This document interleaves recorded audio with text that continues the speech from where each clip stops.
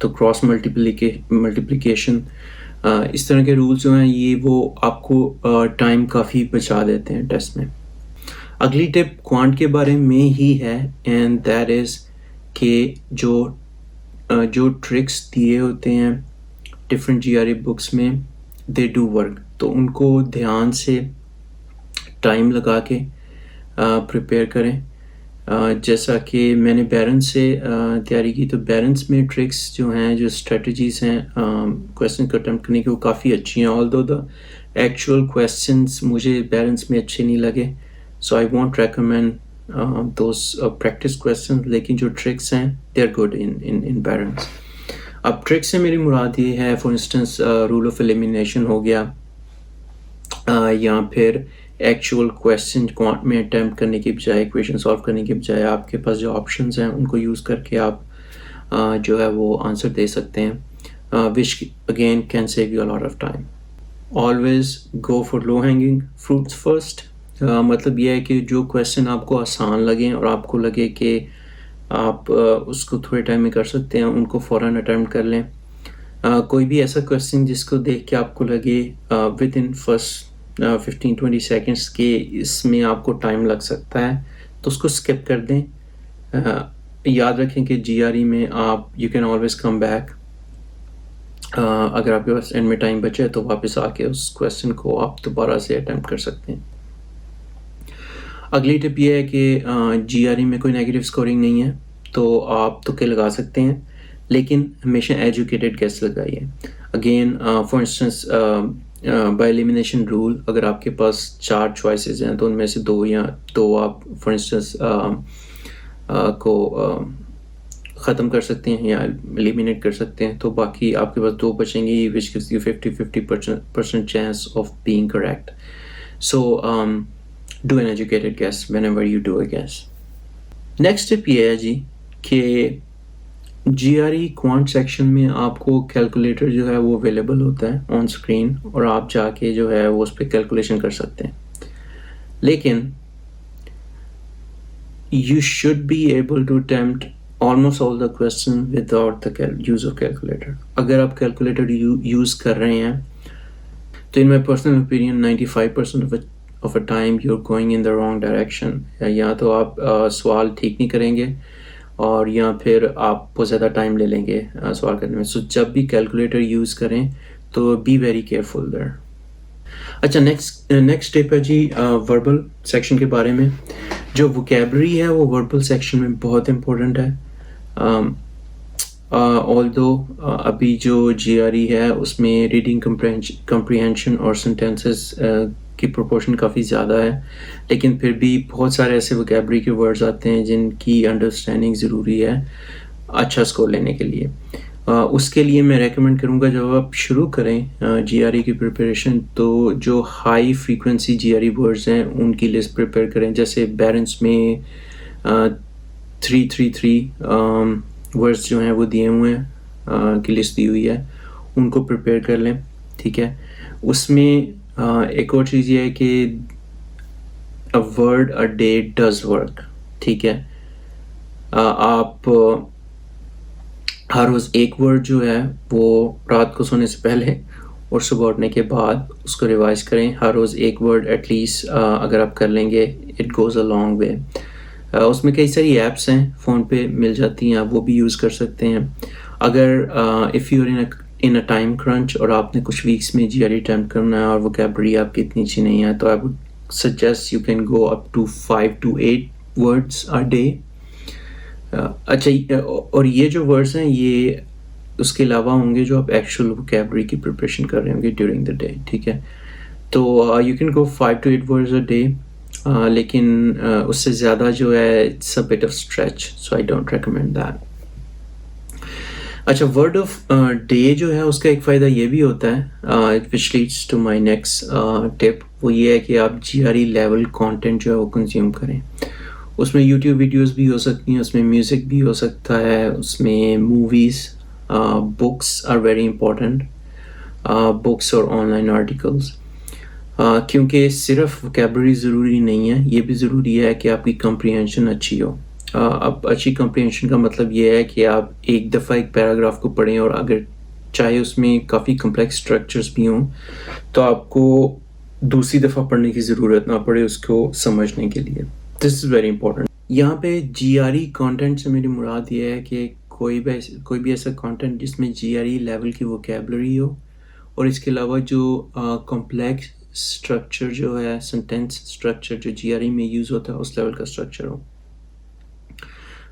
اس میں جیسے اکانومسٹ کے آرٹیکلس آپ دیکھ سکتے ہیں.